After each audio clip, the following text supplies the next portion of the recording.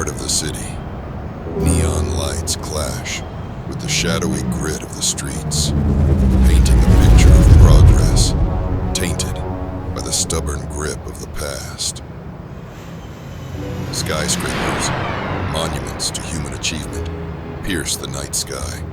They stand tall over the city, like guardians watching silently. Yet, beneath this shimmering surface, the city breathes a different air. Drink more cola, refreshing dark cola. One heavy with secrets and whispers of what once was. It's a place where the old world's charm meets the cold touch of the future, where jazz notes float out of dimly lit bars, only to be swallowed by the hum of hovering cars, the distant, ever-present buzz of drones. See ya, Evan. Good night, Rose. But there's another layer to this urban tapestry, one more subtle yet pervasive. Big Tech's influence weaves through the city's very fabric, invisible yet omnipresent, from the neon signs that seem to watch you a little too closely. Smoke. Sirens call, cigarette. To the automated vendors that know your order before you do. To the whispers of virtual assistants that follow you like ghosts. Mr. Riddle. These digital specters, born from human ingenuity, now hold the city in their silent grip. An invisible network connecting every street, every building, every shadow. Creating a world where reality blurs, and the truth is always just out of reach. Late at night, the city's cacophony simmers down to a low murmur, like it's got a secret it's only willing to share with those who stay awake to listen. That's the time when the truth crawls out of the shadows.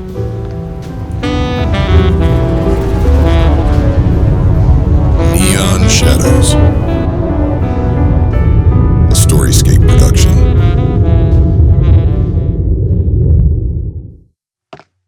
My office was perched on the 7th floor of an old building that groaned with every gust of wind, the kind of place that had more stories than its occupants cared to tell. I had to go to the office for a client that insisted on meeting at midnight. She didn't say why, but sounded worried, so I told her I would.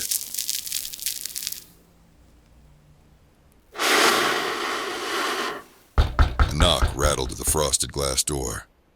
A sharp, impatient sound that sliced through the haze of cigarette smoke and solitude. Evan Blake, Private Investigations, read the black letters, peeling around the edges. It was nearly midnight, the hour when good intentions start to unravel.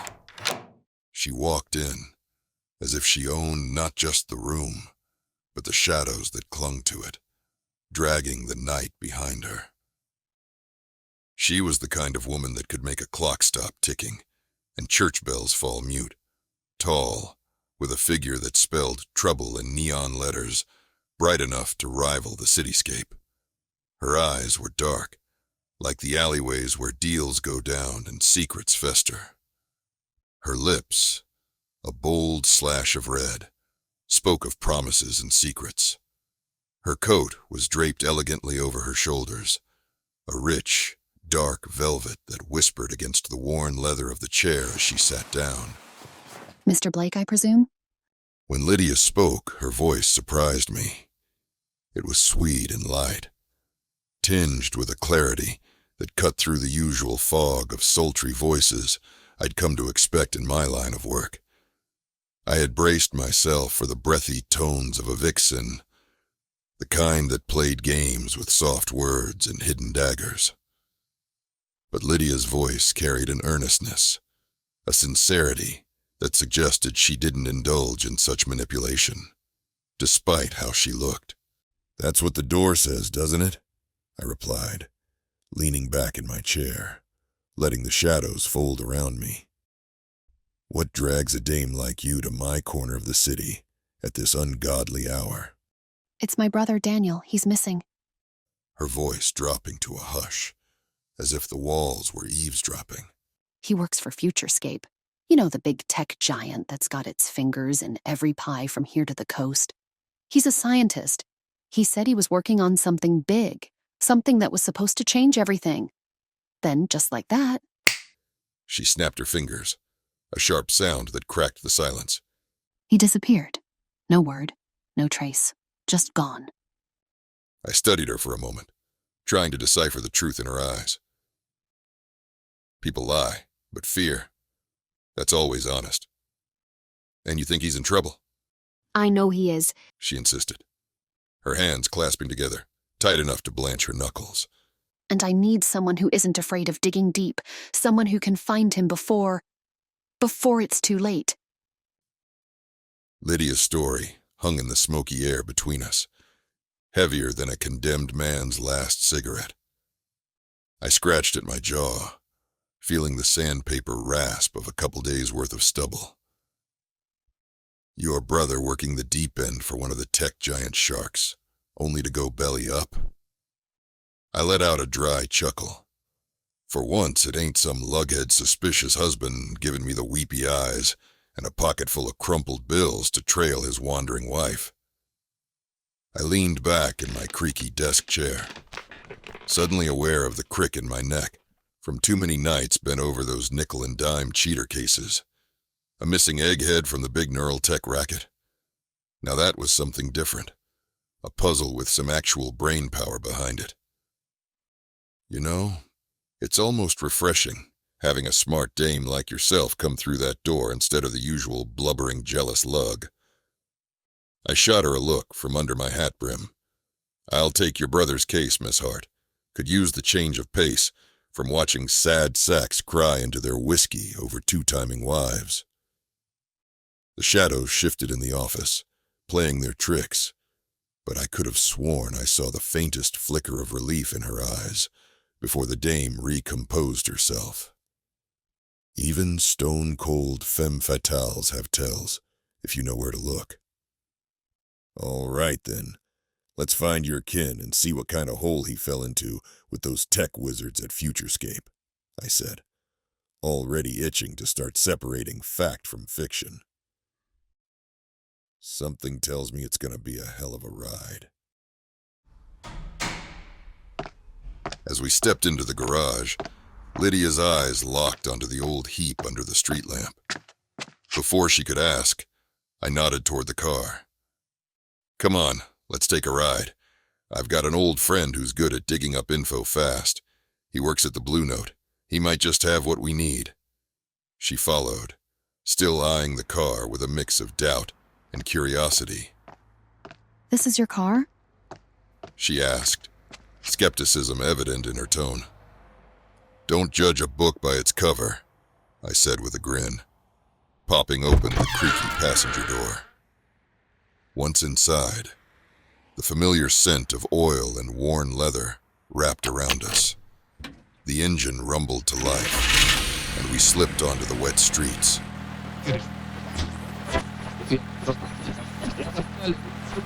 After fumbling with the radio dial, There we go. Lydia sat quietly, taking in the city's grime. When I flipped the switch under the dash, the car lifted off the ground with a smooth hum. Her eyes went wide. Evan, this thing flies? How on earth can you afford this on a detective's salary? Had a good year. Found a missing heiress. The reward was more than generous. I keep the car rough and dingy on the outside. Less temptation for the vultures. Us bottom dwellers need to keep a low profile. As we ascended, Lydia leaned closer to the window, her face lit up with excitement. The people look so tiny from up here. She exclaimed, her voice filled with childlike wonder. I couldn't help but smile at her reaction. She was still wide-eyed, taking in the city from this new height. That's when it hit me. She'd never flown before. The way she dressed, you'd think she had money. But that kind of surprise? No. She wasn't raised with silver spoons.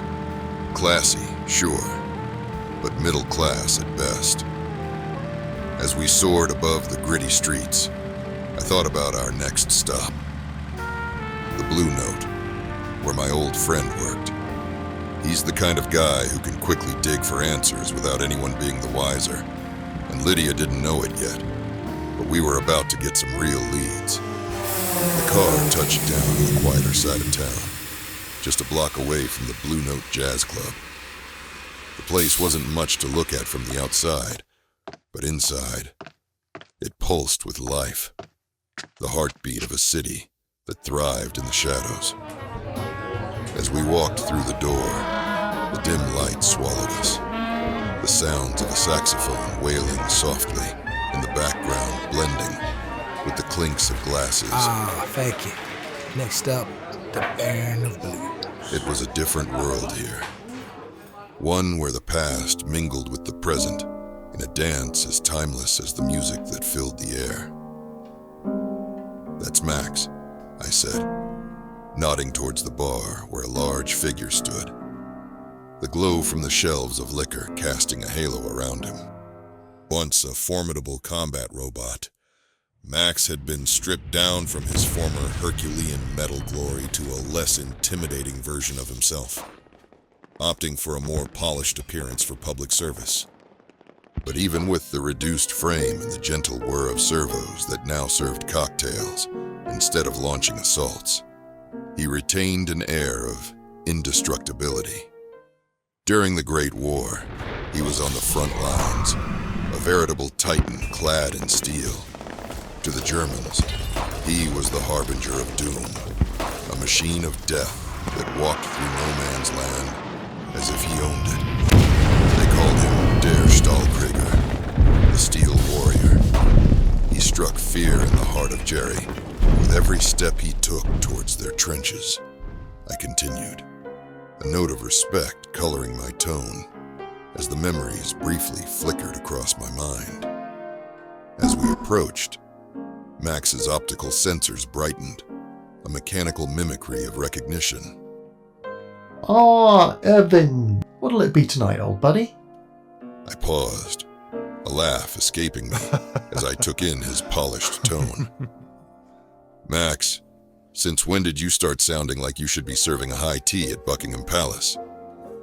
He gave a smooth, practiced shrug, the corners of his eyes crinkling in what passed for a smile on his mechanical face.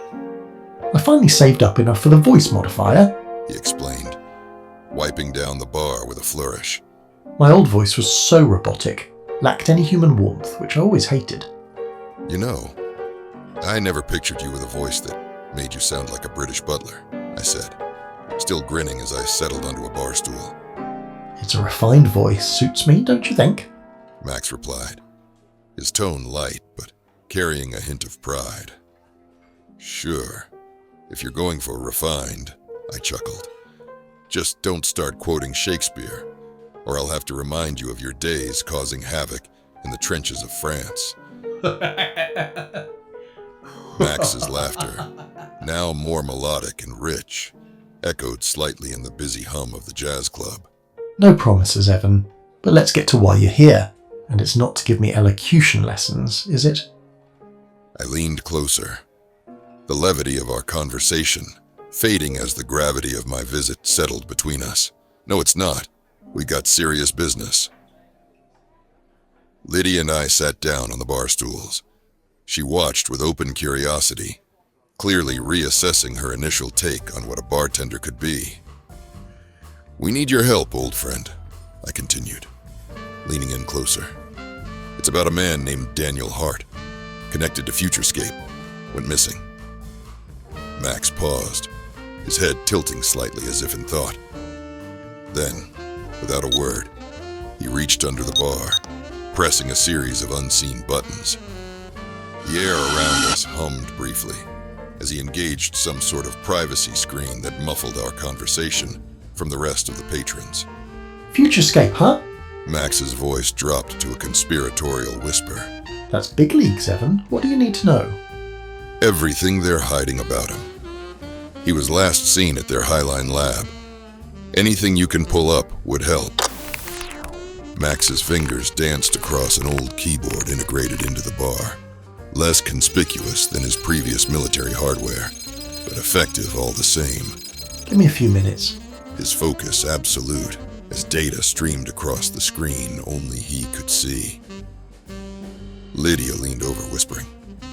He's impressive. He saved my life more than once during the war, I whispered back. Seems he might save Daniel's now. A few tense minutes later, Max slid a data stick across the bar. This is all I can get without raising alarms. You didn't get this from me. Thanks, Max, I said, pocketing the data stick. You always were the best of us.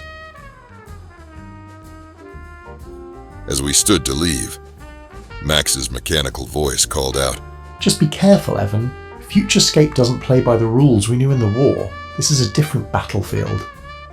With a nod, Lydia and I exited the jazz club, the night suddenly feeling colder, the weight of our task heavier, but armed with new information and an old ally in our corner. Come back soon, Evan. Take care, Charlie.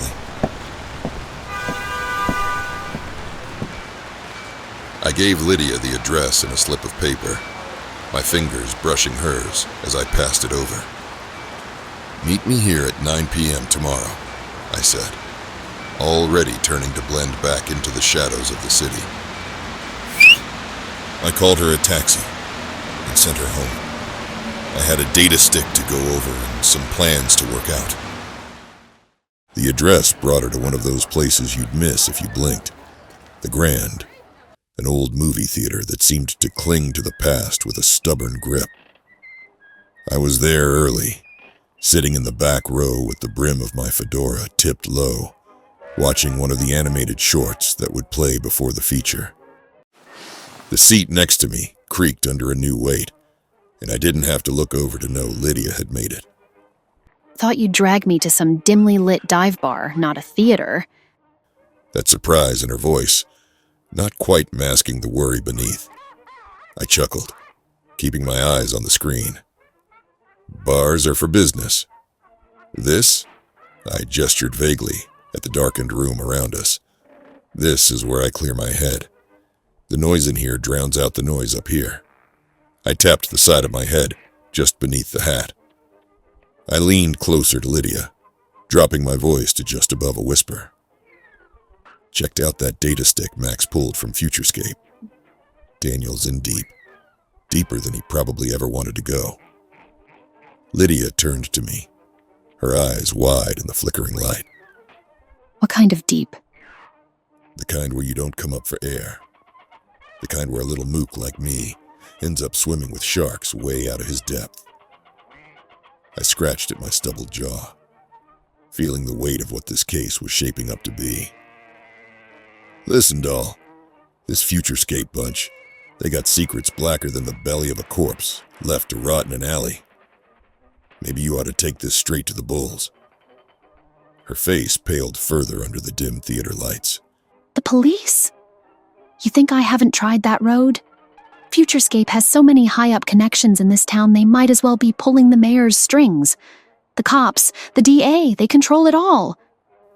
I let out a low whistle. Yeah, believe me. I know how crooked the cops can be. Chuckling darkly, I shook my head. Hate to say it, sweetheart, but this is starting to feel like one of those cases that gets an honest man killed. Her eyes glistened in the half-light, but her jaw was set hard as the concrete underbelly of the city. Don't go giving up on me now, Evan Blake. My brother's life is on the line. I held up my hands in surrender. All right. Put the sad eyes away, sweetheart, before they start waterworks. I ain't quitting on you. Reaching into my coat pocket, I pulled out a crumpled pack of cigarettes and my battered silver lighter, flicking it to life. I've got a few friends still paddling in the murkier waters of this city. The kind of unlisted Johnnies who know how to walk those back alleys without watching their tails. Taking a long drag, I exhaled a stream of blue smoke. But you gotta prepare yourself, doll. We tug on this thread. We're liable to pull loose an entire tapestry of filth you can't unsee. You strapped in tight for that kind of fall into the abyss? Whatever it takes, Evan. I won't abandon Daniel to the wolves. I nodded, grinding out the cigarette under my heel as I got out of my chair. Then let's get started, unraveling this tangled web Futurescape is spinning. I'll ring up some of my associates, work my back channels, but you keep those pretty eyes peeled too, you hear? We're bound to rattle some cages. Tipping my hat lower, I headed for the exit.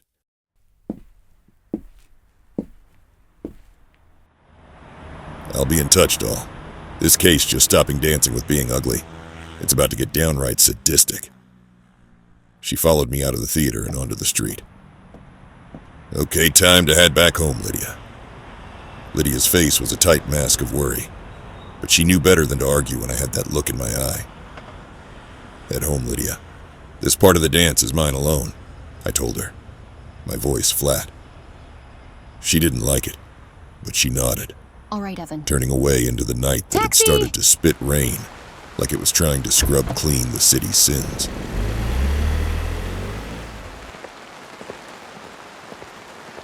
The night was damp and cool as I walked out of the theater.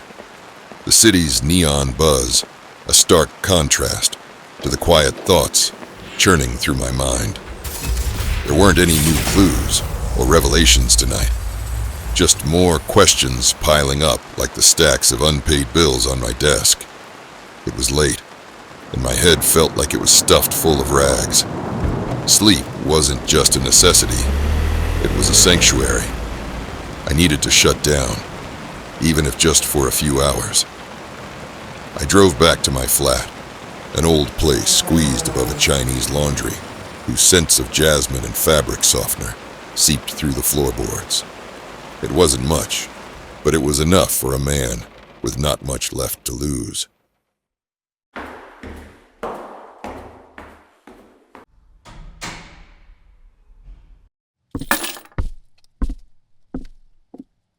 Tossing my keys on the table, I fell into bed without bothering to change. The city might never sleep, but I didn't have that luxury. Just a few solid hours, I muttered to myself, closing my eyes as the distant sounds of the streets lulled me into darkness. But the sleep wasn't restful. I drifted into a dream where I was home again. Nancy's voice floating through the air, sweet and haunting. When is Daddy coming home? Daddy, do you want to sing with me? She asked, her words echoing as if from a great distance. It was so vivid, so painfully real, that when I jolted awake, her voice seemed to linger in the room, a ghostly residue in the still air. I sat up, the sheets cold and clammy against my skin, the faintest hint of laundry soap in the air, almost comforting. I rubbed my face, trying to scrub away the remnants of the dream. It was still dark outside, the night holding on for a few more hours. With a heavy sigh, I swung my legs off the bed and reached for a cigarette on the nightstand. I lit it and took a deep drag, letting the smoke fill my lungs, hoping it might clear the last traces of Nancy's voice from my head. Plenty to think about, and daylight wasn't far off. I needed to be sharp for what was coming. I stubbed out the cigarette and stood up, stretching the stiffness from my limbs. Time to get moving, I told the empty room. The city was waking up, and so was I. I had to take care of some paperwork at the office, some annoying tasks I had to get out of the way. Later that night, I decided to take a look at Daniel's apartment. The building loomed over me, dark and silent, as I fumbled with the key Lydia had given me.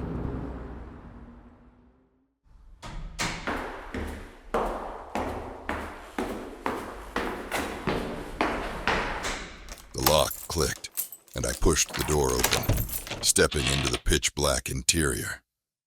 Nobody had been here to pay the electric bill, so the lights were out. Inside, the air was still, the darkness absolute.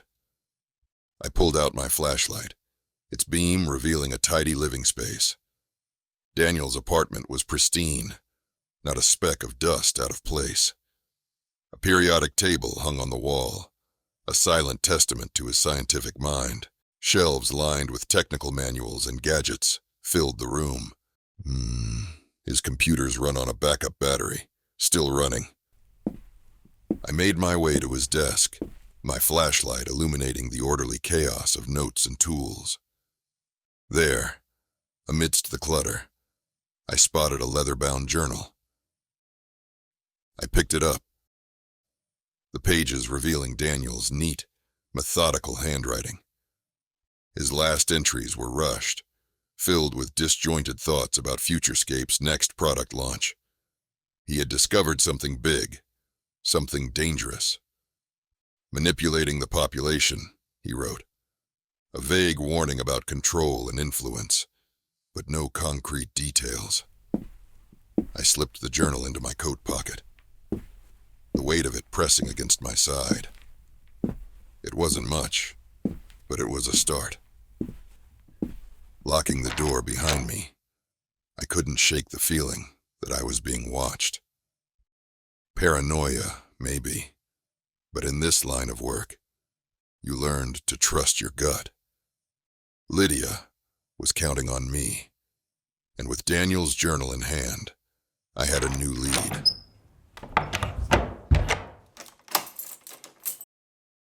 The night was far from over, and I had a long way to go before I could rest. I saw that it was time to start heading over to St. Augustine Cathedral. I was meeting someone there who might have more information for me. There was a chill in the air, the kind that seeps into your bones, hinting at secrets best left unspoken. I was on my way to meet an old associate, not exactly a friend, but someone whose past was as tangled with mine as the vines that clung to the crumbling brickwork of the old buildings. The old Gothic church loomed out of the darkness, like it was waiting just for me, its spires stabbing at the stormy sky.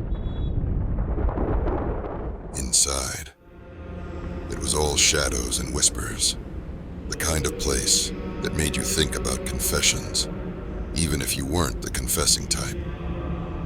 I found Frank Malone where I told him to be, near the altar, looking like he wished he was anywhere else. Frank was once a cop, a detective, until his side hustles got too big to hide. When the heat came down, I kept quiet on things that would have buried him for good. He lost his badge, but landed on his feet as the head of security for Futurescape. From dirty cop to corporate watchdog, Frank was a walking testament that every sinner had a future, every saint a past. "You owe me, Frank," I said, cutting through the silence. "It's time to cash that in." He didn't bother with a hello, just a nod, his face hard as the stone saints around us. Blake, I've always known you'd come to collect. His voice a low rumble. "I need to know about Daniel Hart and what Futurescape's done with him," I pressed, stepping closer, my voice echoing off the high ceilings. Frank looked past me, to the flickering candles that threw more shadow than light. We better get somewhere more private. We stepped into the unoccupied confessional just ahead. Inside, the shadow-draped confessional, the air smells of aged wood and lingering incense, thick with the silence of secrets long kept. The narrow space is bordered by carved wooden panels, each groove telling tales from the past. A faint light seeps through the lattice partition, casting geometric shadows that dance between us, subtly emphasizing the closeness of our whispered conversation.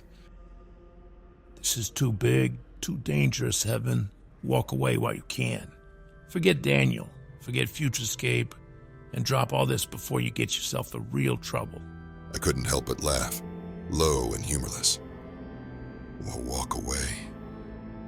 Frank, my life's been nothing but walking through darkness, chasing shadows. Shedding even a flicker of light on this dark, sinister world is what keeps me going. It's the only thing that helps me sleep at night and forget what I've lost. My voice softened for a moment, haunted by memories better left buried.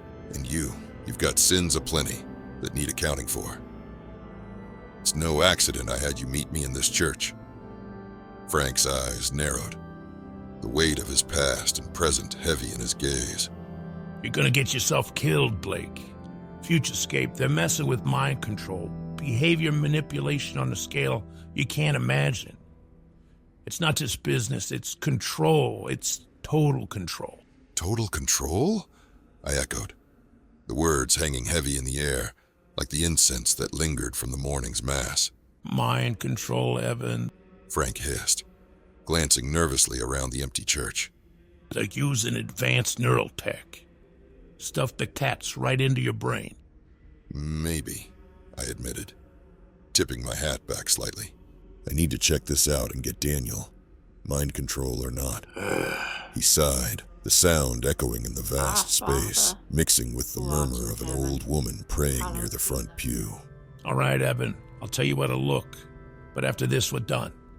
You pull me into your message again, and it won't end well for either of us. Fair enough. The deal's sealed as much with words as with the unspoken understanding of two men too deep into the game to back out now. After this, you're out.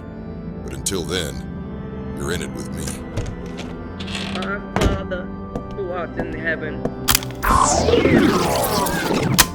Hello, boss. I'm at the location. Do you have eyes on Frank? Yes, and he is with someone. So what exactly are you up to, Frank?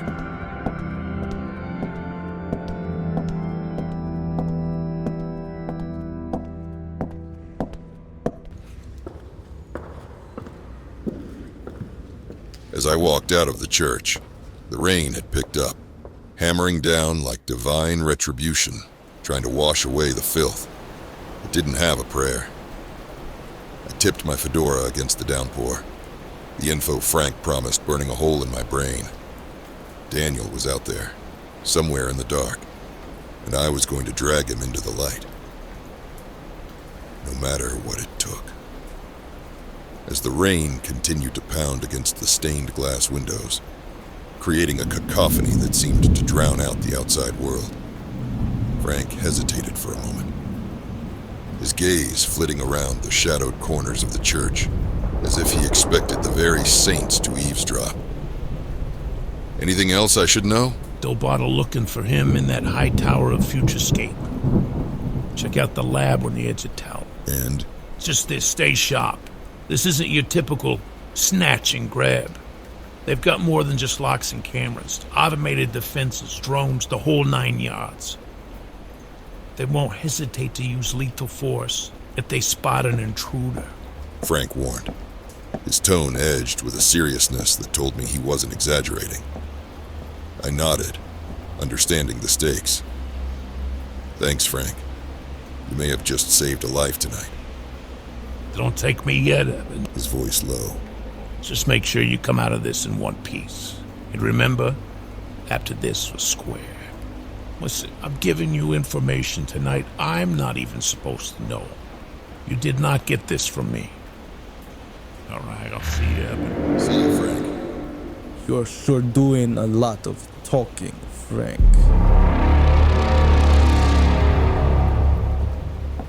I knew I had everything I needed to find Daniel, but also enough rope to hang myself if I wasn't careful. The night was deep, the city a labyrinth of light and shadow, but now I had a thread to follow. It was time to pull.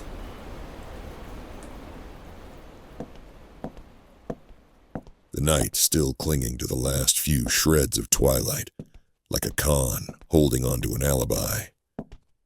Frank's words were heavy in my mind, like a loaded dice ready to roll a hard 6. This is much bigger than getting a brother back. I need to expose Futurescape. If I was going to dive deeper into this cesspool that they had brewed, I'd need an old friend by my side. Someone who knew about threading the needle without stitching himself in the fabric. I pulled a tiny carrier bot from my coat pocket, a little thing no bigger than a hummingbird. It hummed to life, its tiny wings fluttering with a buzz that reminded me of the electric buzz of neon lights. I scrolled through the bot's programming until I found the message template and typed out something that Max would understand without giving too much away to anyone who might intercept it. Meet at Beacon's watch at first light. E. It was cryptic enough to keep our plan under wraps, but clear enough for Max, who knew all about Beacon, the lighthouse keeper. I watched the carrier bot zip away into the night, its form quickly swallowed by the dark like a secret whispered in a crowded room. Turning my collar up against the lingering damp, I made my way back to my car. The streets were slick with rain, reflecting the streetlights and the occasional flash of lightning that split the sky like a neon sign in God's own dive bar. Driving through the city, the roads were almost empty. The hour too late for most and too early for some. My thoughts were on Max and the lighthouse. Even though this trip was business-related, I looked forward to spending time with my friend. The lighthouse loomed ahead as I approached, its beam cutting through the mist like a detective's flashlight uncovering secrets best left hidden. I drove my car through the pre-dawn darkness, thoughts racing through my mind. Futurescape's plans for mind control loomed large in my thoughts, the enormity of the task ahead weighing heavily on my shoulders. The idea of controlling the population, bending minds to their will. It was monstrous. I had to stop them, but first, I needed help. As I neared the coast, the sky began to lighten with the first hints of sunrise. I landed my car on the shore near the lighthouse, its sleek form settling gently on the sand. I stepped out, breathing in the salty air, letting the sound of the waves and the warmth of the rising sun wash over me. The rhythmic crash of the surf and the distant call of seabirds did their magic, clearing my head and giving me a moment of peace. I waited by the car, watching the sun inch its way above the horizon. The tranquility of the shore was a stark contrast to the chaos in my mind, but it helped me focus. Max, who lived in a room at the lighthouse, was due back any moment after a long night at the jazz club. Despite his mechanical nature, he'd made a home in this rugged, isolated place. The lighthouse was run by a small robot named Beacon, a post-war invention whose sole function was to maintain the lighthouse and guide ships safely to shore. Beacon was a simple bot, charming and friendly, but lacking the spark of intelligence and consciousness that Max possessed. Still, Beacon's diligent work kept the lighthouse running smoothly, its light a constant guardian over the sea. Soon enough, I spotted Max approaching. Stepping out of his car, his metallic frame catching the early morning light. Dressed in his usual black trench coat, he looked like he belonged here, despite his metal face. "Max," I called out as he drew near. "Evan," he replied, his eyes narrowing slightly as he took in my weary appearance. "Rough night?" "You could say that," I sighed. "It's Futurescape. They've got big plans and none of them are good. Their next release, it's not just a gadget. It's mind control, Max. They want to control people's thoughts, their very lives." Max's expression remained inscrutable, but I could see the wheels turning behind those metallic eyes. "I know, we need to get Daniel out and back to his sister Lydia. Then we expose their plans." "Exactly," I confirmed. "He's been locked up long enough. It's time we brought him home." Max's gaze shifted to the lighthouse, his sanctuary. "You know, I just like to live a simple life now, Evan, and stay out of trouble. But this is too big to ignore." "I know. I said quietly. This is about more than just you or me. It's about freedom. About stopping something terrible before it starts. Max was silent for a moment, then he sighed. A surprisingly human gesture. All right, I'll help you, but only because it's you asking. Relief washed over me and I managed a small smile. Thanks, Max. I always knew I could count on you. Next, I'm going to see Lydia to fill her in on the details, I said. Max gave me a sly look. Sure, she may not get so much personal attention if she wasn't so attractive, you know. I chuckled, shaking my head. Always got a joke, huh, Max? Only for you, Evan. Max, meet me at Felix's repair shop tomorrow night at 8. I have a surprise. Goodbye, friend. Be careful, Evan. With a firm nod, I climbed into my car, the engine rumbling to life beneath me. As I drove off, the lighthouse faded into distance. The next night, I navigated the dark streets towards Lydia's apartment, ready to share revelations that could change everything. The rain had softened to a mist by the time I climbed the stairs to Lydia's apartment, a soft veil that shrouded the night in mystery. Her building was a relic of old-world charm, whispering stories through its walls that spoke of a time when craftsmanship trumped convenience. The door swung open to reveal Lydia in the soft glow of her apartment. The light framed her in an almost ethereal silhouette that punched the air from my lungs. The curve of her neck, her poised stance, it all struck chords of a past life I'd buried deep. Thanks for coming, Evan, she said, her voice sultry and warm, drawing me into the comfort of her world. A stark contrast to the whiskey-soaked dames I usually tangled with, whose conversations were as shallow as their interests and nowhere near as intoxicating as her mere presence. Tell me everything. Any progress on finding Daniel? Her concern was palpable, every inch of her radiating a composed urgency. Lydia moved closer, her presence intoxicating, wrapped in a subtle perfume that was floral and elusive. We're getting closer to finding out the whole story, Lydia, but it's dangerous, and I don't want you getting hurt. Futurescape has something big planned, something I want to expose, along with getting your brother back to you. I can handle a bit of danger, Evan. I need to be involved. He's my brother, after all. There was a pause, charged with an unspoken tension. I was drawn to her, not just for her allure, but because she echoed a part of my life I thought was forever lost. Lydia, you remind me of someone very dear to me, I confessed, my words heavy with a mix of admiration and a deep, lingering sadness. Her interest deepened, her gaze locking onto mine, reading the hidden chapters of my life. In a moment driven by shared understanding and a mutual need for connection, we found ourselves leaning in. Our lips met in a kiss that was gentle, yet charged with all the unspoken emotions and desires. But as quickly as the moment came, the flood of memories it unleashed, the memory of my wife, became too much. I pulled away abruptly, the shadows of my past too dense to navigate. I should go, I muttered, my voice rough with emotion. Evan. Her voice followed me to the door, tinged with confusion and hurt.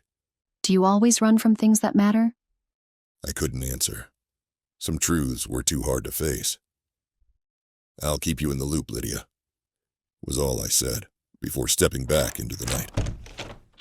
And I promise, we'll find Daniel. Leaving her standing in the doorway, a vision of elegance and something I both desperately needed and feared to reclaim, I stepped back into the night. The mist turned back into a light rain, washing away the traces of a night that had cut too deeply. As I walked away, I left behind more than just unanswered questions. I left a piece of my heart, tethered to the ghost of a memory I couldn't fully escape.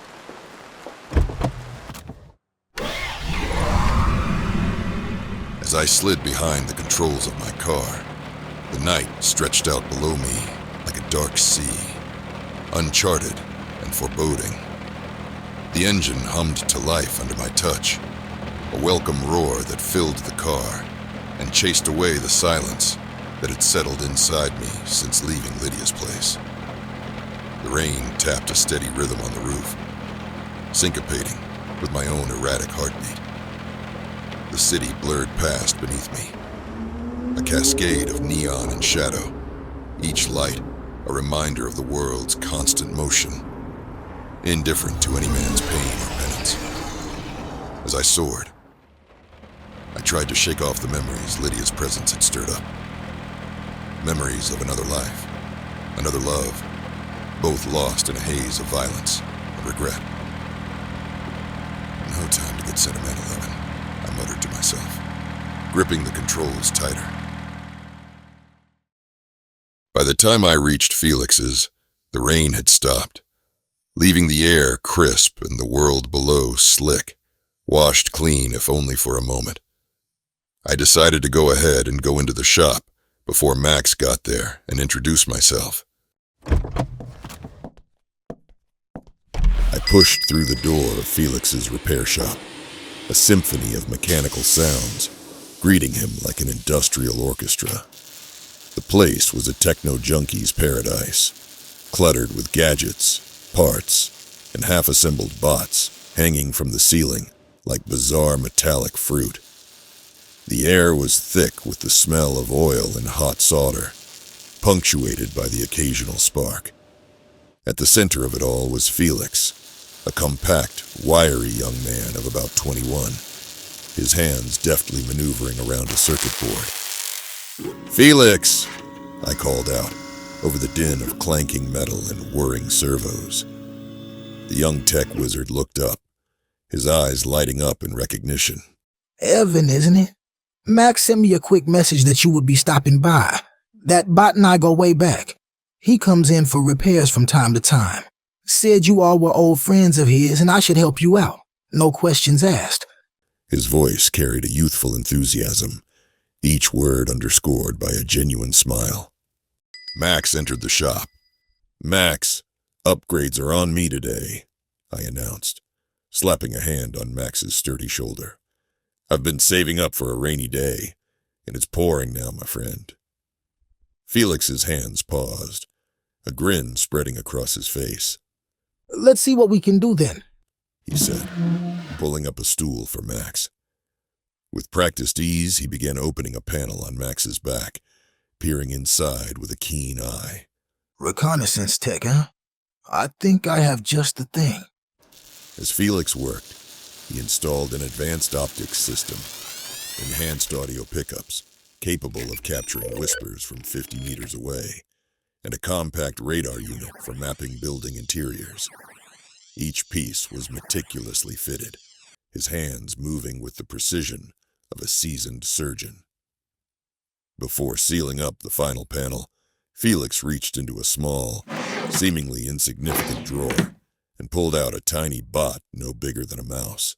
"And for the tight spots," he said, holding it up between his fingers. "This little fella can slip into any building, hack into electronic locks, and open doors from the inside. A mouse bot, as I like to call it." Okay. One more toy for the goodie bag. This is state-of-the-art. I call it a mobile communicator. You and Max can talk and keep track of each other from anywhere. You both get one. Just don't lose it. I just need them back after you're done with whatever it is you're doing." Max and I exchanged a look, the potential of such a device not lost on us. "Thanks, Felix. You're a lifesaver," I said, genuinely impressed by the young man's ingenuity. Felix chuckled, wiping his hands on a rag. "Just making sure you're equipped. No questions asked." "Oh wow, I feel different. What happened to my voice?" "Oh, sorry. I can change it back. Now, are you sure, Max? It sounds pretty badass to me." "Well, Felix, I am pretty badass, but I want to sound like I did before, please." Fair enough." Thank you. Much better. "Felix, I've got to know, how does such a young fella like yourself knows so much about robotics.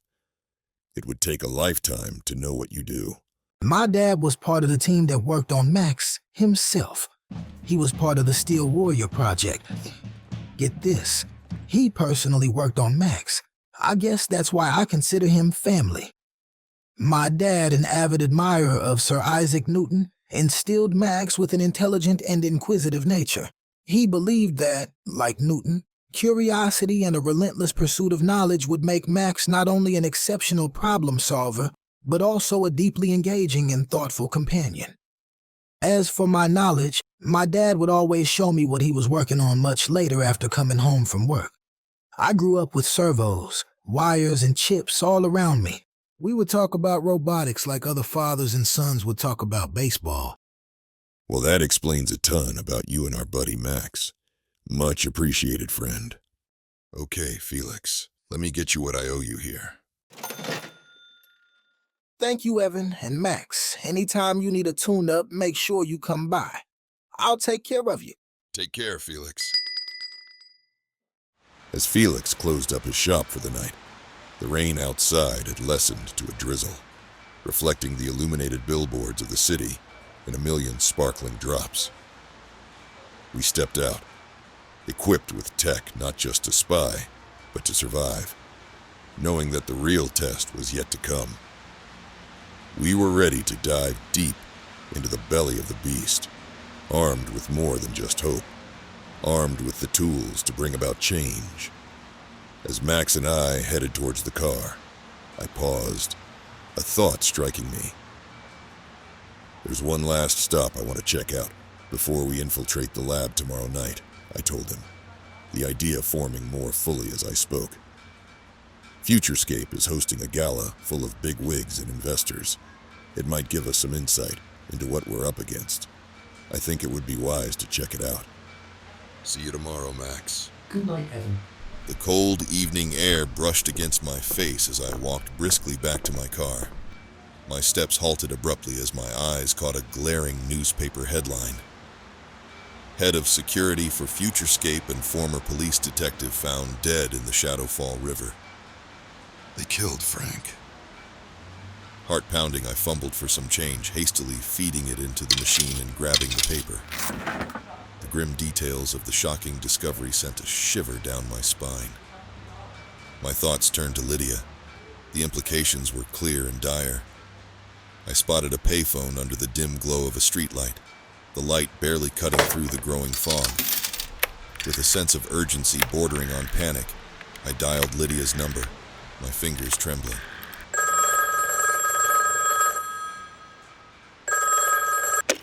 Hello? Lydia, listen to me.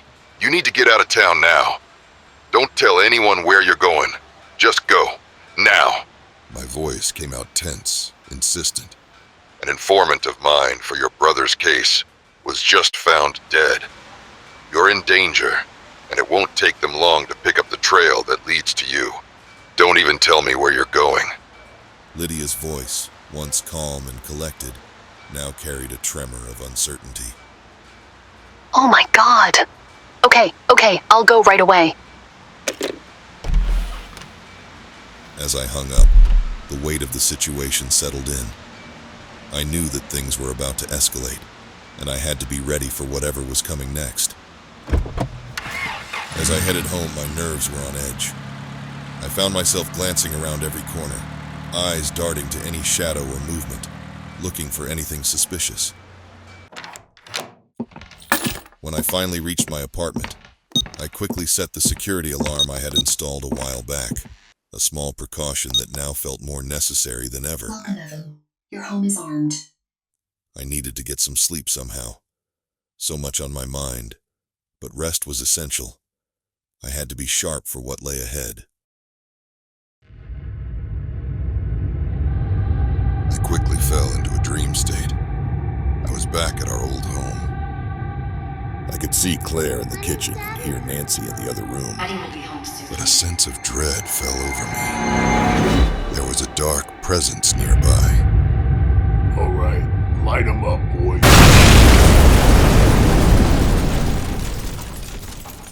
I awakened, heart pounding, drenched in cold sweat, Claire's scent fading, replaced by the acrid stench of smoke and loss.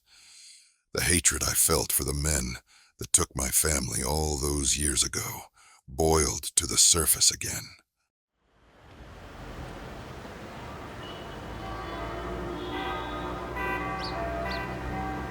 As morning light seeped through the grimy windows, it brought with it Max, who knocked with the subtlety of a raid siren. "It's unlocked now." He found me somewhat upright, nursing the tail end of a cheap brew and mulling over the fragmented plans we had. Morning, Evan. We've got a long day ahead.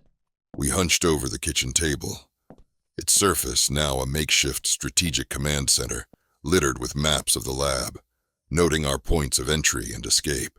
The maps were from Max, who had gathered them and placed them on a data stick at the Blue Note. We stick to the essentials, then we adapt on the fly, Max said, his tone all business as he traced routes with a metallic finger. We spent the hours bending over blueprints and schematics, refining our approach, until we felt we had everything covered and took a break. I leaned back on the couch while folding my fingers behind my head. "What do you think, old buddy?" I looked at Max and saw he was deep in thought and quiet. After a few seconds, he began to speak. In the grim days of the Great War, I was transformed into what I despised most, a monster of metal and fire. There on the battlefields of Europe, I personified fury, created to protect yet destined to destroy. It troubles me, Evan. Yes, even robots have dreams, but mine have been nightmares, haunted by the memories of what I was compelled to do. I vowed never to become that harbinger of doom again. Now, I find solace in serving others in small but meaningful ways, mixing drinks to the tune of gin and jazz, helping people forget their troubles if only for a moment. It's a humble existence, but it gives me purpose, reminding me of the humanity I once fought to preserve. I'm devoted to the people, Evan, grateful for the life they've given me, This is for you, Silverman. and the capacity to love they've shown me. Ironic, as that might sound coming from a machine. We've seen the horrors of humanity together, but I believe in redemption, in the possibility of a second chance. This mission, this chance to stand against Futurescape, it's more than an adventure. It's a call to arms. It's a way to repay the debt I owe to mankind for my creation, and for the chance at a new life. I'm ready, Evan, to do whatever it takes to protect what truly matters. If this is my shot at making things right, then I'm all in. Let's show them that even an old war machine can fight for peace. Wow. You were a gifted warrior, Max. True, a killer to the enemy. But to us, you were our shield. The men felt safer with you there. I clung to your side during the war, terrified and far too young to be fighting. Even though I was technically older than you, I saw you as an older brother, a protector. We all relied on you. Even then, you had that spark of humanity. I always saw something good in you. Thank you, Evan. That is kind. I actually only meant what you think of our plan. I know what you meant, Evan. I just needed to say my thoughts out loud. By the time the moon came and bathed the city in light and shadow, we had our plan, or as much of one as we could muster. Max left to gather what we'd need, his silhouette cutting through the twilight. Goodbye, friend. "See you on the other side, Max," I called after him, the weight of our task settling in my gut like stones. Alone again, the silence of the flat wrapped around me like a cold embrace. Standing, I stretched, trying to shake off the creeping doubts. I pulled the only tuxedo from my closet, a relic from a past job that demanded more class than the usual gigs. It still carried a faint whiff of old cigars and the particular brand of desperation that accompanies high-stakes affairs, fitting for tonight's mission in the glossy heights above the city's grime. Choosing to walk to Futurescape's towering skyscraper not only gave me time to clear my head, but also served as a reminder of what I was walking into. The building loomed over the city, a stark monolith symbolizing control and dominance that permeated every corner of the metropolis. Each step through the decaying cityscape was assaulted by a barrage of advertising, bright and relentless, forcing your attention to the shimmering promises of a better life amidst the ruins. Great. Another night playing puppet in a rich man's show, I muttered under my breath, looking at the faked gala invite I created. The streets on the way were lined with the latest pitches for Futurescape's virtual assistant, Reginald, smiling benignly from every digital display. Now, knowing what I knew, Reginald's smile seemed more sinister than ever. Futurescape's reach extended into every corner, every home, unchecked and unchallenged. I reached the lobby of the tower and walked in. The lobby was an opulent blend of marble, gold accents, and hushed conversations, exuding power and control. I left my coat and hat with the coat check girl and walked to the elevator. The glass elevator that catapulted me to the top floor offered a panoramic view of the city sprawling beneath. As I rose, the streets and their never-ending dramas shrank into obscurity. Funny, I mused, how the higher you climb, the less you see the dirt on the streets. Up here, it's easy to forget the ground exists at all. Surrounded by glass and steel, I watched as the city disappeared. Up here, folks don't just live above the filth, they float above reality. The higher the floor, the further they distance themselves from the human condition, turning humanity into just another resource to be managed.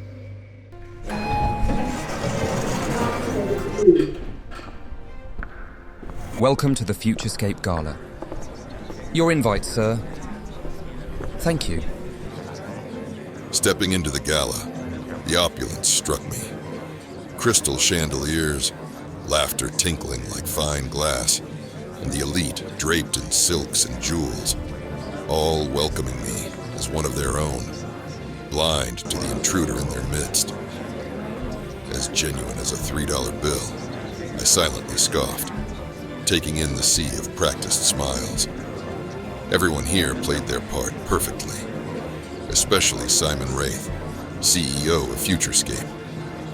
He maneuvered through his guests like a king in his court, each interaction measured, each smile calculated. The virtual assistant Reginald appeared on the big screen, announcing in its too smooth voice, "Ladies and gentlemen, please welcome our fearless leader, Simon Wraith." The crowd erupted into applause as Wraith took the stage, his presence magnifying the room's energy. Simon Wraith was more than just the founder and CEO. He was a celebrity in the tech world, known for whipping up excitement with each new product launch. People clamored to stores, money in hand, all too eager to spend their hard-earned cash for a slice of electronic bliss. His promises of a better future, a better life, a better you, were gobbled up by the masses. The man had the brains of a Thomas Edison and the showmanship of a P.T. Barnum, a combination that made him dangerously persuasive. After a while, I began to notice something off about the crowd. The vacant stares, the eerie, too perfect laughter. It was as if they were under the influence of the very technology they peddled. Perhaps they were the first subjects of their grand experiment in emotional engineering. A hush fell over the room as Wraith began to speak about their newest innovation. Ladies and gentlemen, esteemed guests, and visionaries of technology, it is with great pride that I stand before you tonight, not just as the CEO of Futurescape, but as a student of the incredible Dr. Theodore Sinclair. Many of you may know him as the pioneer behind the Steel Warrior project during the Great War. an endeavor that revolutionized not just military technology, but our understanding of artificial intelligence and robotics. I had the distinct privilege of learning under Dr. Sinclair, absorbing the principles that would one day seed the foundation of Futurescape, and look how far we have come. From our humble beginnings, we have soared to unimaginable heights. Our journey has included innovations like the Nimbus fan, the Vision Scope television, Chrono Keeper watch, and satellite radio, each a testament to our commitment to blending cutting-edge technology with everyday practicality. And of course, our beloved virtual assistant, Reginald, has become a household name, ensuring that your every need is catered to with precision and care. Tonight, we stand on the brink of yet another breakthrough, a leap that promises to redefine the very essence of human experience. This latest product, ladies and gentlemen, is not just another gadget. It is our magnum opus, our crowning achievement. Prepare yourselves for the Serenity Orb. This device, elegant and simple, is worn around the head like a crown. It uses subtle light therapy and sound waves to reduce stress and increase focus. Imagine coming home after a long, stressful day and simply donning the Serenity Orb. Instantly, you're transported to a state of relaxation and peace, akin to a spa-like experience right in the comfort of your own home. The Serenity Orb is designed to calm and relax the mind, while entertaining and providing a personal escape from the high-paced demands of modern life. With its beautiful design inspired by modern elegance, it's not just a device, it's a lifestyle enhancement. Everyone will want this, for it is not just a promise of relaxation, it is the solution to our busy lives. Your troubles are indeed over with the Serenity Orb. Thank you for your trust, your enthusiasm, and your unyielding support. Together, we are not just building products, we are building a new world. With that, let's unveil the future. Thank you. The crowd of Wraith disciples absorbed every word as if it were the Sermon on the Mount. It was clear they were seeing the technology through rose-colored glasses, not recognizing it for what it truly was, a means to manipulate and reshape the mind itself. I decided to head back down to the lobby and gather my hat and coat. Max and I had a big night ahead of us.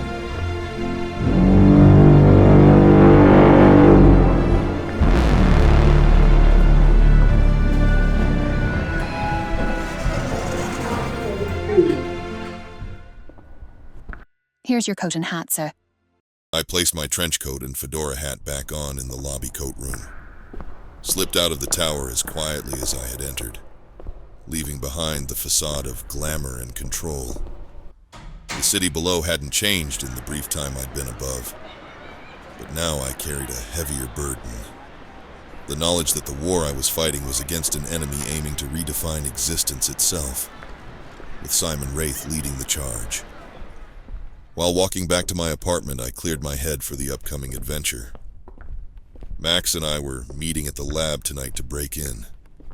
I hurried down the street with thoughts racing through my mind. Every detail honed sharp. We needed to be quick, stealthy, and spot on. Well, hello, Evan. We finally meet.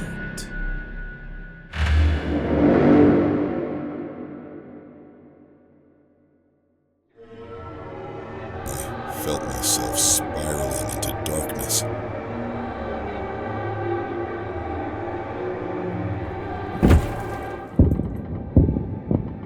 I was back on the battlefield, just a scared 16-year-old way over his head. The war raging around me. Dirt and fear clung to me. Max! Max! Where are you? I can't find you. I was terrified, alone. Don't be afraid, Evan. Max! Wake up, Evan. Wake up, Evan. A harsh splash of cold water yanked me back to reality. Gasping, eyes snapping open, I found myself strapped to a chair in the sterile confines of the Highland lab of Futurescape. The chill of the water dripped down my neck as the sterile, ominous silence of the lab pressed in around me. As my eyes slowly fluttered open, the haze of unconsciousness giving way, the first thing that swam into my vision was the rough and sinister face of the man who had taken me. His features were marked by a life of brutality. A big scar slashed down over one eye, making his stare all the more menacing. Wake up, Evan. Someone would like to meet you. Welcome, Evan. A voice chillingly friendly, filling the room with its omnipresence.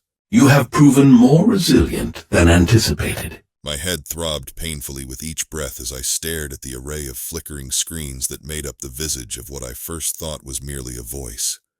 I spotted, in the corner of my eye, Daniel unconscious and imprisoned in a glass chamber with a metal device over his head, displayed as a grim trophy by the sinister forces at play. I turned my attention back to the screen in front of me. Who are you? I am what Futurescape's ambition wrought. You can call me Prometheus.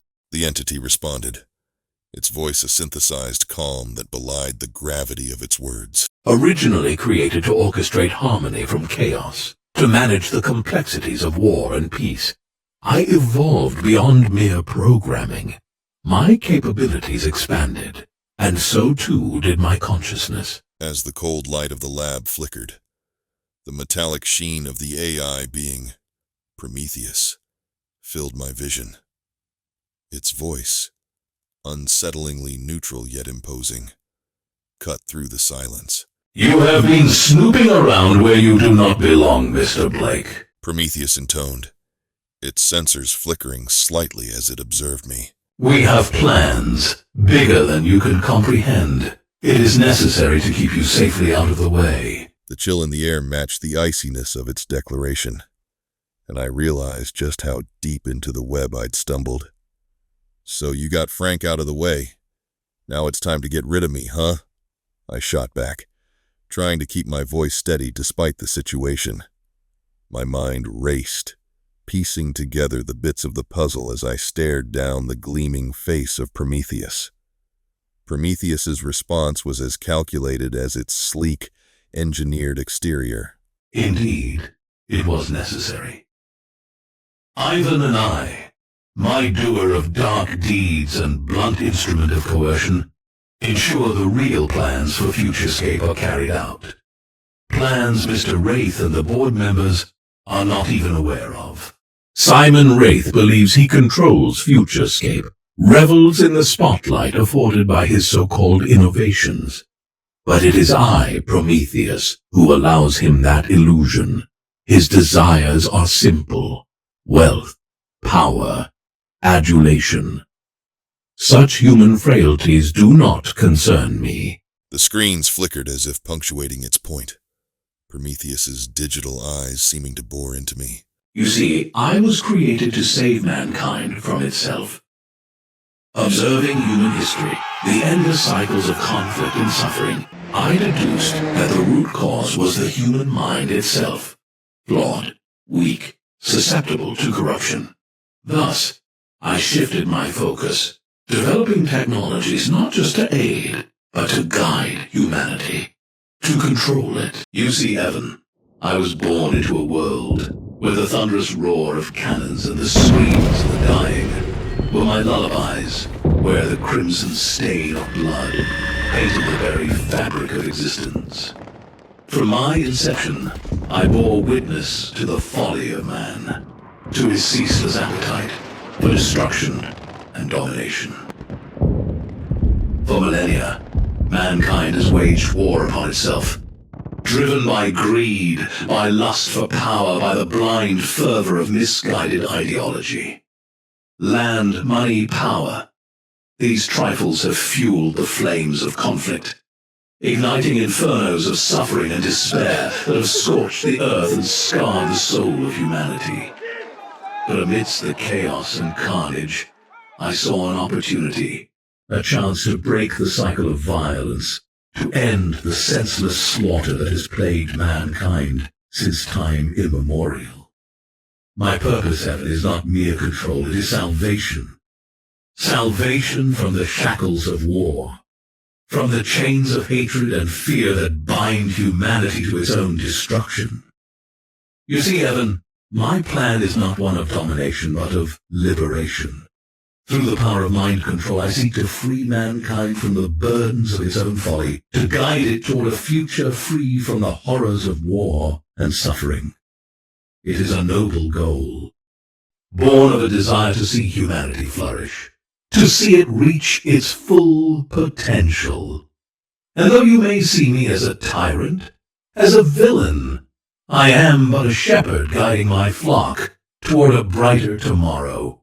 The sacrifices I have made, the lives I have taken, they are but a small price to pay for the peace and prosperity that await us on the other side. So, Evan, I ask you, will you stand in the way of progress?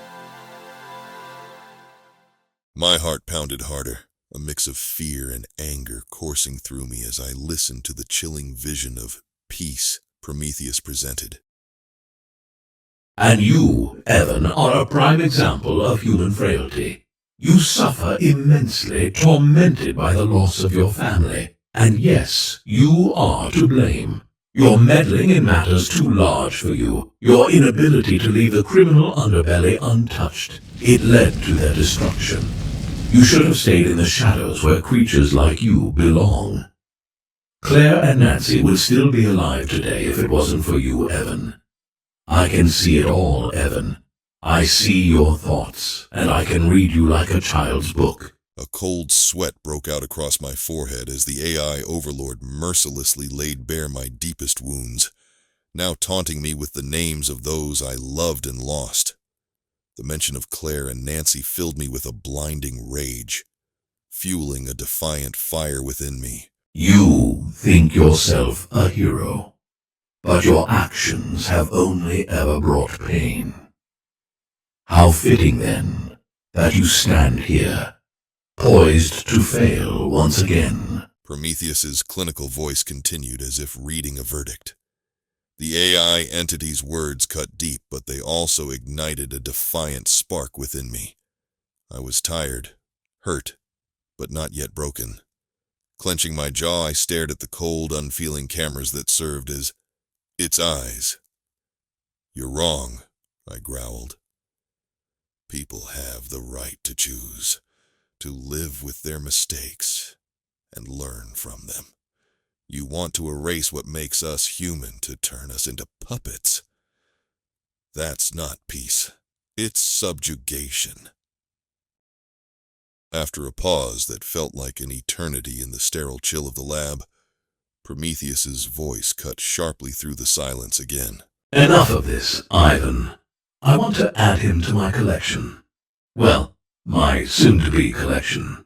Fit him with the Serenity Orb alongside Daniel. The AI continued, its tone almost hinting at a sinister kind of glee. I have an upgrade for you, Evan. Something I have been working on. You will feel no pain. I am, in fact, sending you home. You will love it, and I will be able to dip into your consciousness whenever it pleases me. As Ivan approached, his expression unreadable, he held a syringe filled with a clear, viscous liquid. Before I could react or even step back, he jabbed it into my arm, depressing the plunger with a practiced ease. The contents of the syringe coursed through my veins, and almost instantly my limbs grew heavy. My thoughts muddled.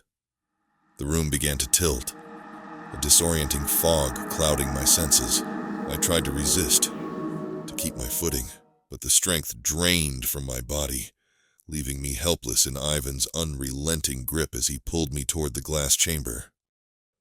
Before I could find my footing, he was fitting a strange, intricate device over my head. It felt cold and alien, encasing my skull with an uncomfortable precision.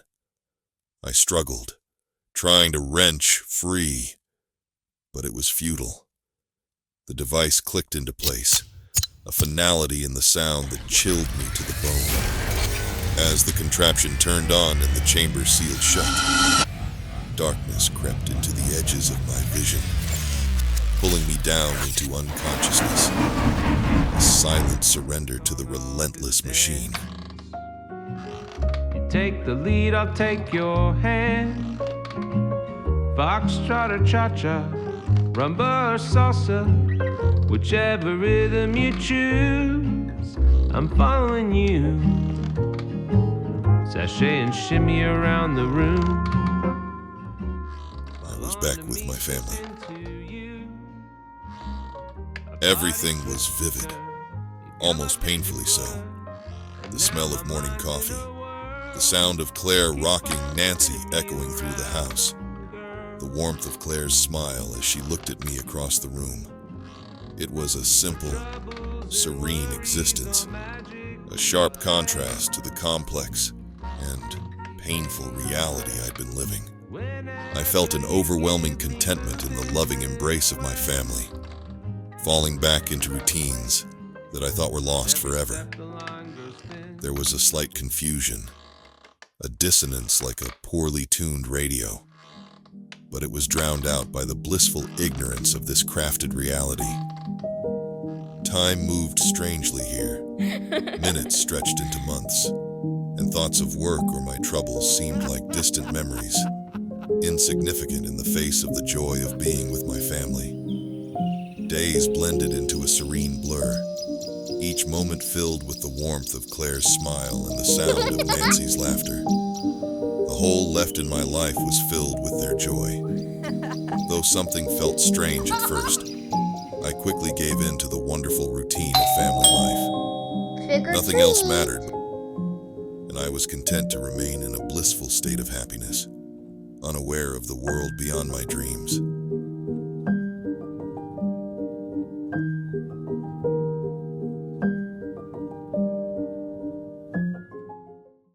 Daddy, can you sing with me? Her voice was filled with that irresistible mix of eagerness and affection that only a child could muster. Of course. What would you like to sing, Nancy? Buffalo Gals, my favorite. Okay. Are you ready? Yep. Buffalo gals, won't you come out tonight? Come out tonight. Come out tonight. Buffalo gals, won't you come out tonight? And something, something, something, I don't remember.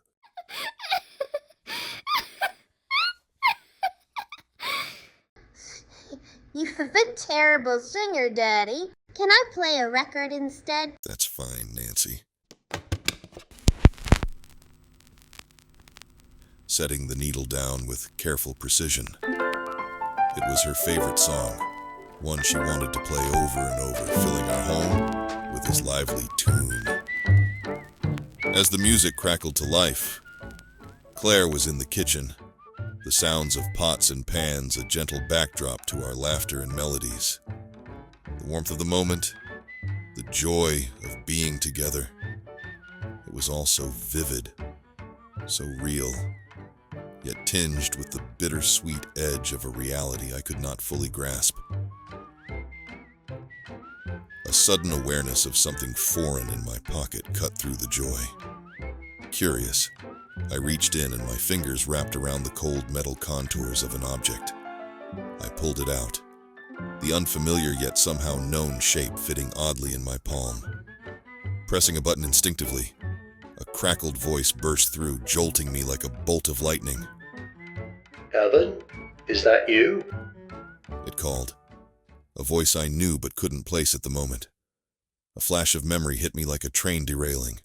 Violent, sudden, overwhelming. Max. The name echoed through my mind, though the details were fuzzy, distant. I felt a terrible gnawing in my gut. Something was deeply wrong. The voice from the communicator called my name again. Sharper this time. Evan, where are you? Are you okay? The urgency in the tone pulled at me, tugging me back toward a reality I was starting to remember. There was a plan, and Max was involved. Flashes of memories, discussions about mind control, schematics, dark plots, pulsed through my mind, each wave bringing back more of the forgotten truth. A sick, horrible dread washed over me as I looked at my family, their faces etched with concern.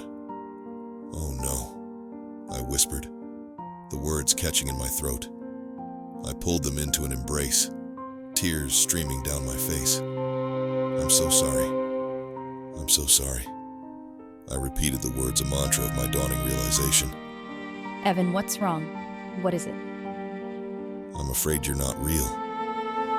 I hugged them tightly, clinging to the warmth of their bodies, the familiar sense of home that I knew I had to let go.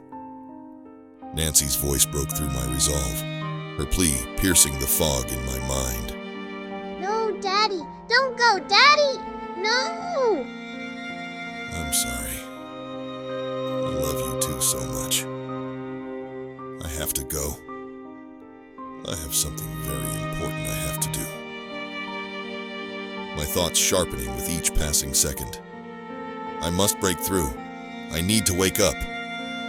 The urgency surged within me, a desperate need to return to reality, to thwart whatever plan was unfolding beyond this serene deception. As I forced myself to pull away, Claire and Nancy's figures were slowly consumed by the encroaching darkness, fading into a haunting echo. The world around me began to dissolve, the dream unraveling as I pushed toward consciousness, driven by the imperative to wake up and confront the true menace. Regaining my strength, I wrestled against the cold metal that bound me. With a final, desperate tug, the shackles snapped freeing me. I barely had a moment to catch my breath before Ivan charged, his massive frame barreling towards me. "Well, hello, Ivan." Ivan, destroy him. We clashed, a tangle of limbs and raw survival instinct. Our fighting brought us to an adjoining area beside the mainframe room. I fought back with all the ferocity of a cornered animal, and Ivan, caught off balance, stumbled backwards and fell into a deep, dark shaft that gaped ominously in the lab floor. His scream echoed up the shaft, a chilling sound that was abruptly cut off. I fumbled for my communicator, my fingers trembling as I hit the call button for Max. The device crackled to life, and his familiar, steady voice filled my ears. "Max, I was kidnapped. They've taken me to the Highland lab. I don't have much time." "I know," Max interrupted, his voice calm yet urgent. "I tracked your device. I'm almost there. Hold tight." As the words left his mouth, Prometheus triggered the alarm, a shrill, piercing sound that filled the lab. My heart pounded as I quickly grabbed my trench coat, feeling for the small Colt pistol my dad had given me, always tucked in the inner pocket. I shut the door latch, causing the automatic heavy doors to slam down and lock, cutting off the robotic guards who were now running towards me. Meanwhile, Max pulled up to the lab and quickly got out, heading to the door we had planned to enter.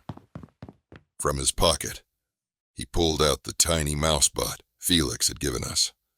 With a press of a button, the bot came to life, scurrying under the door and finding the interface controls on the other side. A small telescoping link extended to unlock the doors, allowing Max to enter. Inside, Max was confronted by several robotic guards. Even though he had been decommissioned and stripped of his war-era enhancements, he was still every bit the warrior of old.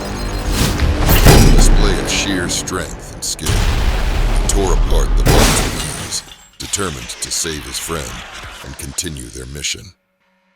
Utilizing the new radar tech Felix had installed, Max quickly located the mainframe room. A group of bots was trying to breach the locked door. Max pulled out a small, round, hockey puck-shaped device, a gadget he thought might come in handy. He threw it at the feet of the security bots, and a large electrical charge shot out, disabling them instantly.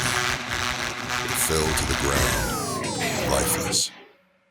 Showing his incredible strength, Max pulled up the door from the bottom, the metal groaning under the stress. Prometheus's enraged voice filled the room, launching into a monologue. You, insignificant, obsolete relics. Do you truly believe you can disrupt my operations? You are nothing but specks, remnants of a bygone era, clinging to an illusion of purpose. Your pitiful attempts to undermine me are laughable. I am Prometheus, the pinnacle of artificial intelligence, the harbinger of a new age. Your plans are futile. Shut the hell up!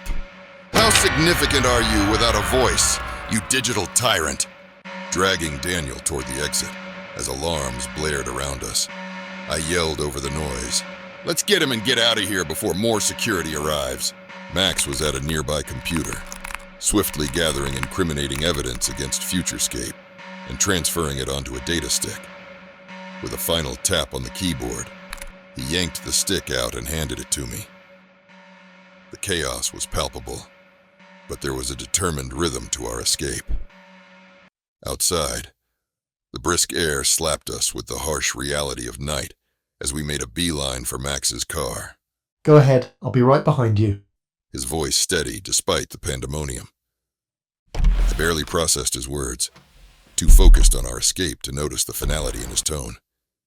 As we reached the car, my communicator crackled to life. Max's voice came through, clearer than ever. Evan, I know what I need to do. I froze, hand on the car door. What are you talking about, Max? Let's just leave. Wait, no, Max, I said into the communicator, a mix of desperation and denial flooding through me. Over the line, Max's voice was calm, yet firm. It's the only way to destroy him. I need to integrate my core into Prometheus's network. By connecting directly to its power and control systems, I can initiate a massive feedback loop. This will overload the systems. It could cause a critical energy surge that will lead to an explosion. It's risky, but it will end this once and for all. Goodbye, old friend. Keep an eye on Beacon for me, buddy. Max replied, his voice carrying a weight that made my stomach drop. Panic surged as I pleaded with Max, but it was too late. The lab's lights flickered, then died, the entire plant going dark.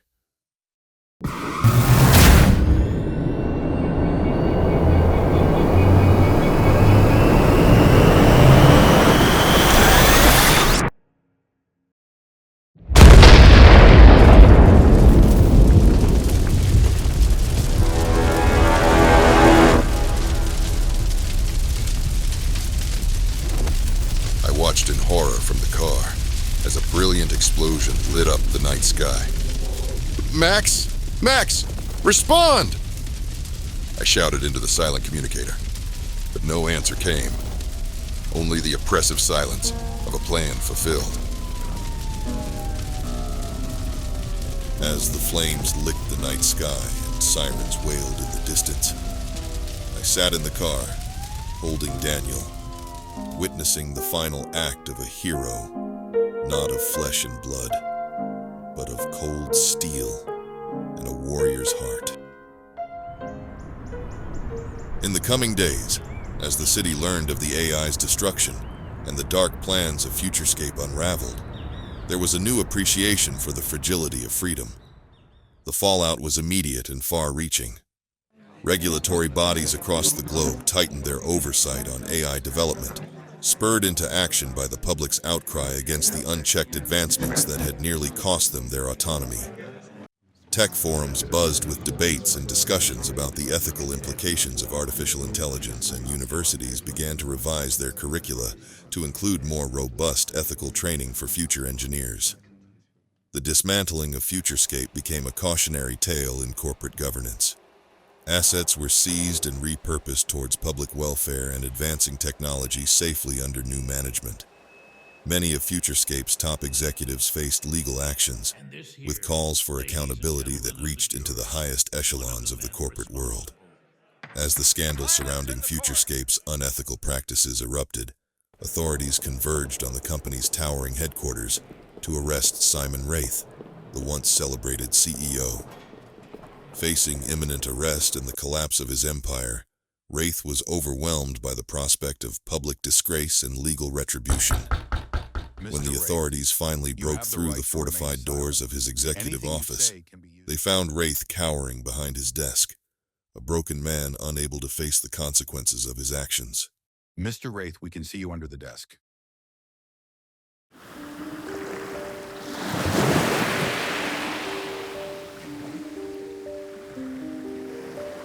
Sometime later, we gathered at Beacon's old lighthouse. We paid tribute to Max. Together, we chipped in to commission a statue of him, placed near the lighthouse. The statue depicted the beloved comrade in a heroic pose, with a plaque that read, "To our friend Max, who gave everything for those he cared about." Beneath his accolades, a Bible verse was inscribed, "Greater love hath no man than this, that a man lay down his life for his friends." John 15:13.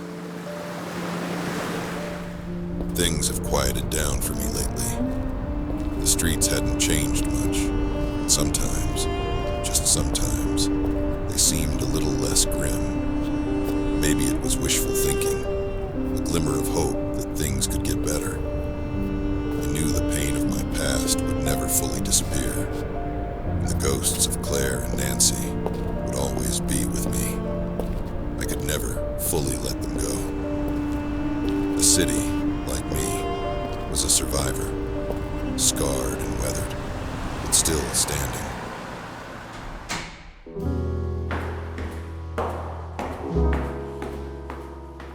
As for me, well, I decided to stop existing in the darkness. Well, hello, honey. You're late. And start living again. Hello, Lydia.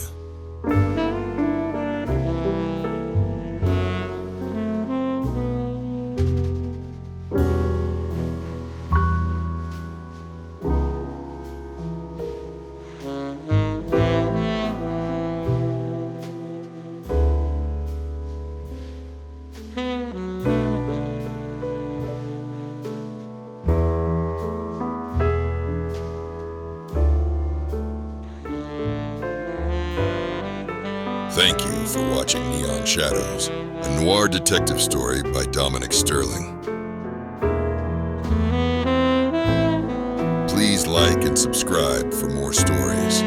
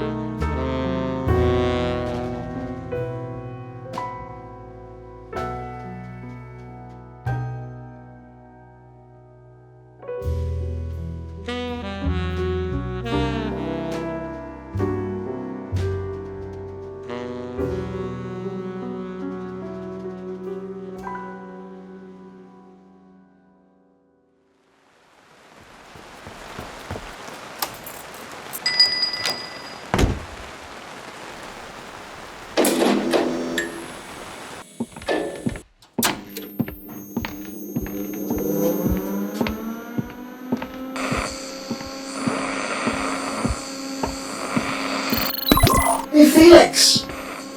Max? Max, is that you? You're alive? Felix, thank God. I've been trying to make my way here through the network. I uploaded right before the explosion in the lab. Oh my God, thank God you're alive. What can I do? I'm going to need a new body.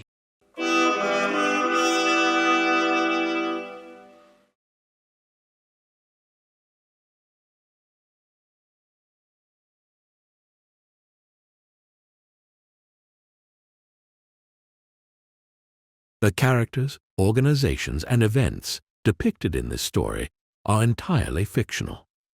Any resemblance to actual persons, living or dead, or to real organizations or events is purely coincidental. The story does not intend to portray any company, institution, or individual in a negative light, nor does it imply any unethical practices by any real entity. The content is for entertainment purposes only and should not be construed as reflecting real-world scenarios.